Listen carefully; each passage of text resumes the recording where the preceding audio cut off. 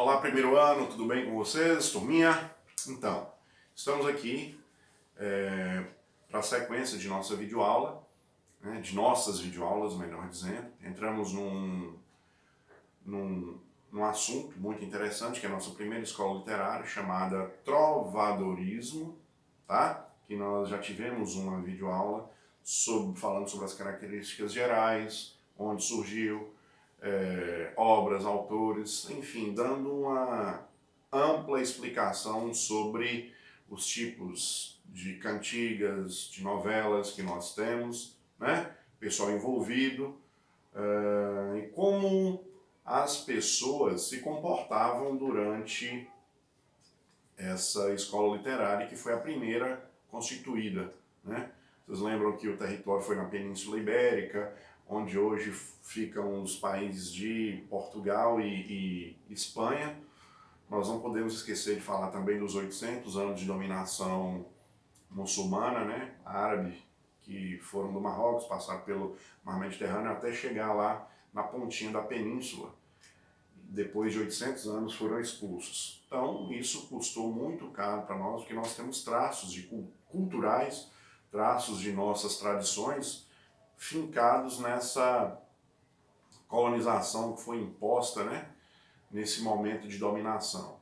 Mas com a retomada, depois da constituição do país especificamente, né, português e da divisão, Portugal de um lado e Espanha de outro, essa retomada fez com que o Estado, né, que a nação se organizasse e os reis pudessem propor aos seus súditos momentos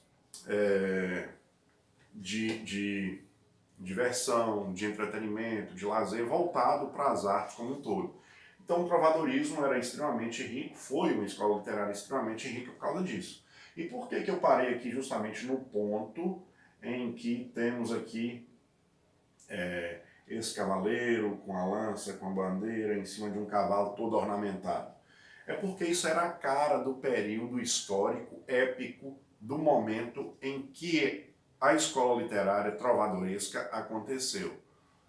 Tá certo? Talvez aqui seja uma ilustração emblemática daquilo que significou, daquilo que sintetizou o período. Estamos falando de um período lá do século XIV, do século XV, né? Então imagina um período medieval, imagine um período de cruzadas, batalhas, em que as pessoas escolhidas, né, quando iam para o combate, muitas vezes estavam a rigor, desse jeito. Então a simbologia, a ilustração, ela é um aspecto muito forte, muito relevante e nos remete a uma Europa de 5, 6 séculos atrás, né? De 500, 600 anos, para a gente ter uma ideia melhor, mais abrangente do que significou isso para o povo e para as pessoas como um todo. Tá? Então, é importante falar também que a igreja, através do teocentrismo, foi de extrema relevância e foi fundamental para a constituição das concepções teóricas que envolveram o trovadorismo. Então vamos entender um pouquinho aqui, ó. Dentro do teocentrismo, a igreja era responsável pela vida cultural e religiosa.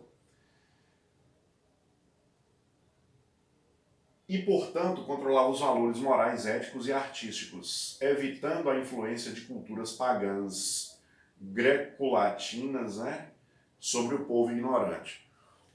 Porque as pessoas ou não sabiam ler nem escrever, ou então só isso, só ler e escrever o básico, né, eram analfabetas funcionais, porque quanto mais ignorantes eram as pessoas, mais fáceis de serem dominadas elas eram. Então, é uma preocupação muito grande que a igreja e os reis detinham sobre essa situação das pessoas não terem muito acesso à educação, à cultura, porque isso poderia fomentar a revolta e gerar alguma crise, gerar alguma insatisfação e provocar alguma guerra, né? A tentativa de derrubar um reinado, de conquistar alguma coisa que não estava ao alcance. Então a igreja foi extremamente sagaz, muito influente, muito operante nessa parceria com os reis, né, com a coroa portuguesa no período para isso. Toda e qualquer manifestação artística, né, a música e a representação teatrais era voltada para o louvor a Deus dentro do teocentrismo. Então a igreja teve grande importância, grande influência dentro do aspecto trovadoresco, porque mesmo dentro dos castelos, os corredores, né, os súditos apreciando a nata da cultura naquele momento de apresentação, onde nós tínhamos os trovadores, os menestréis, de que nós falamos na aula passada, e assuntos de relacionamentos humanos, né? De cantigas de amor, de escárnio, de maldizer, e de todos os tipos feitos por pessoas que eram pagas para isso, tanto os instrumentistas que tocavam, né, para que o trovador pudesse declamar essas poesias de maneira cantada, não era meramente narrada, era cantado, mas a igreja também ensaiava dentro de seus domínios uma manifestação muito semelhante ao que acontecia nos corredores desses castelos. Tanto é verdade que o rei não tomava nenhuma decisão sem o conhecimento ou aprovação da igreja. Teocentrismo, Deus, Deus como centro de tudo. Então era o controle rigoroso da igreja dentro de uma visão extremamente tradicional e conservadora.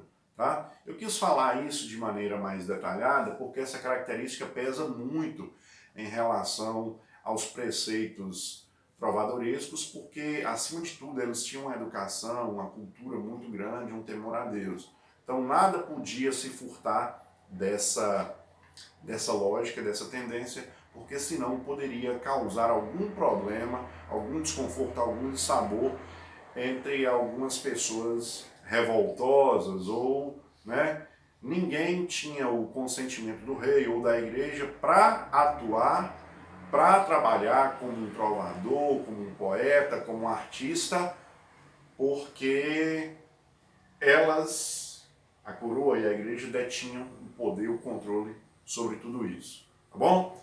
Bem, pessoal, o que é que eu quero que vocês façam?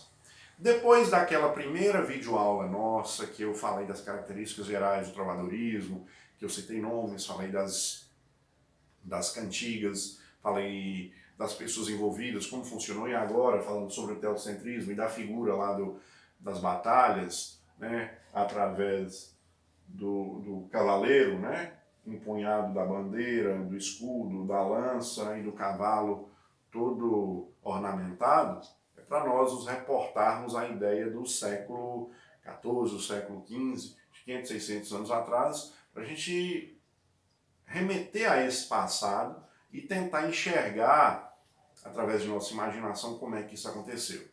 Então o que eu quero que vocês façam? A atividade dessa semana vai sair um pouquinho do foco do livro, embora o assunto seja o mesmo. Eu quero que vocês pesquisem, de um modo geral, a concepção histórica do trovadorismo, né? Quais reis contemplaram essa escola literária? Quais foram as principais características?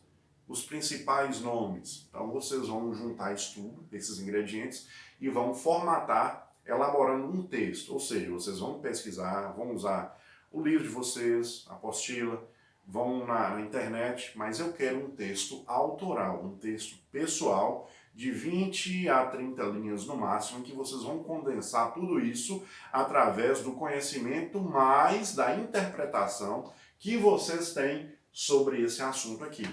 Vocês farão no caderno, tá? Quando tiverem terminado, vocês fotografarão, enviarão para a plataforma para que eu possa verificar e avaliar, tá? Essa é a atividade da semana. Espero que vocês cumpram os prazos, façam tudo conforme eu estou solicitando, porque para a compreensão geral das próximas atividades que virão, é necessário que vocês conheçam a fundo a estrutura, né, os bastidores, o funcionamento, essa engrenagem aí da escola literária trovadoresca e dos envolvidos nessa conjuntura toda, tá bom? Não se esqueçam de ficar em casa, valeu pela atenção, agradeço demais, né? Mas o fato de ficar em casa não nos impede de ler, não nos impede de escrever e muito menos de estudar, tá bom? É isso aí, forte abraço, até a próxima semana. Valeu!